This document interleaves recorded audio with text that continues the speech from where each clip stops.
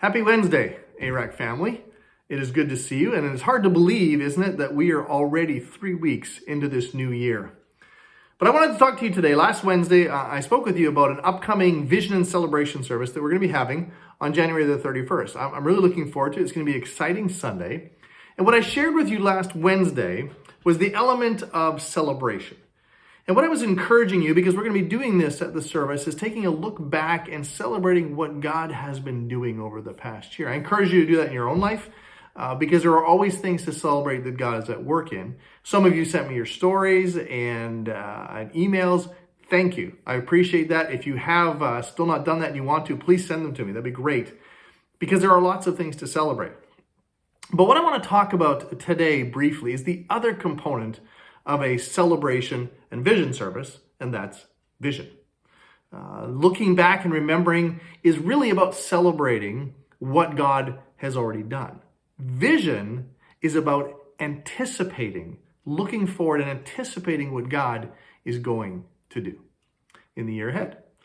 So just like you might have in your own life where you have goals, you have desires, you have things that you'd like to see happen in the year ahead, that's the same thing that we have as a church.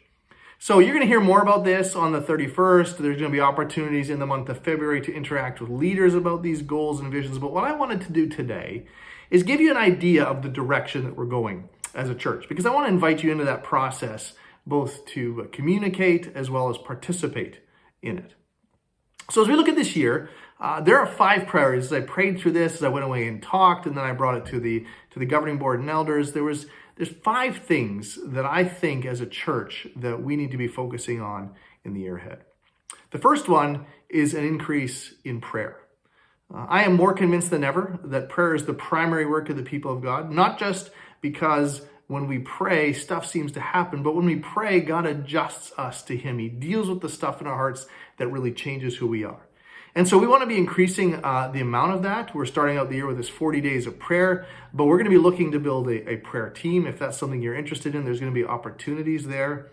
We want to build ways where we can be praying not only for each other and the things that are going on in our lives, but also for our community and what we're doing here. That's number 1.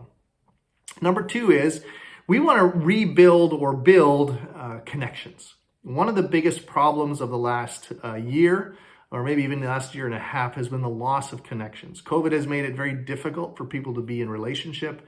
We realize that. That's taken away some of the sense of family, of togetherness, of connectedness. And we want to begin to restore that, especially as regulations and restrictions ease. And so we're going to be doing a couple of different things. One is there's going to be some big group events like this vision service. We're looking to do some more as we get closer to summer and in the fall. I encourage you to be a part of that. And then we're going to be reinvigorating, restarting, and starting some new small groups. There's life in meeting together with other people. And so we want to do that. That's number 2. Number 3, we want to continue to invest in our Sunday mornings. Whereas in the past, we could only do in-person gatherings. Last year, we've been forced into doing online gatherings, and that's not going away. We're going to continue that even when life seems to return to normal. And so we want to invest in that. We're going to be changing the sanctuary, as you know, different phases of remodeling because we want to have more flexibility in terms of our ministry. But we're also going to be investing in how we broadcast, how we stream, how we reach people through electronic mediums. And we're going to need people to help with that, both in the booth and on the worship team with singing and music. And so there's going to be opportunities there. That's number 3. Number 4, we want to begin to be very intentional about how we develop leaders.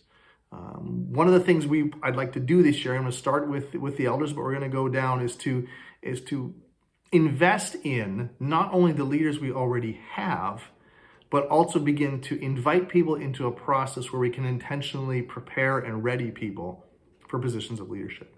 And so we'll begin a leadership team and leadership development pipelines. Those things are going to be coming as the year goes along. If leadership is something that tickles your fancy, and it doesn't matter if you're a teenager or if you're 80 years old or anything in between, we'd love to have you be a part of that. That's number 4. Lastly, for this year, we want to begin to do some corporate outreach together. And while we want to do it at an individual level where we're reaching people where we're at in our neighborhoods, we want to continue to think that way. We also want to do a couple things as a church. And so we're not entirely sure yet what those are going to look like, and it'll somewhat be dependent on how COVID restrictions ease. But we are looking to do a couple of things where we as a church can leverage our presence together in the community. 5 things that we can do in 2021. My challenge to you is that you do these things. You do 2 things. One is get connected. So whether it's in the large group or the small groups, I want to encourage you or challenge you to make that a priority, to be connected with other people in the church. It's been too easy in these last year to get disconnected. So that's number 1. And number 2 is to engage in service. A lot of people in this church serve, but a lot of people don't. So I'd love to see you pick an area, pick a point, pick a ministry, whether it's children or youth or prayer or any one of a number of things, and say, you know what? I'm going to make a commitment for this year to get engaged. Love to see you do that. You will grow, the church will benefit, and the kingdom will expand. So I look forward to seeing you on the 31st. If you haven't registered, do that already. And in the meantime, have a great week. We'll see you on Sunday. Take care.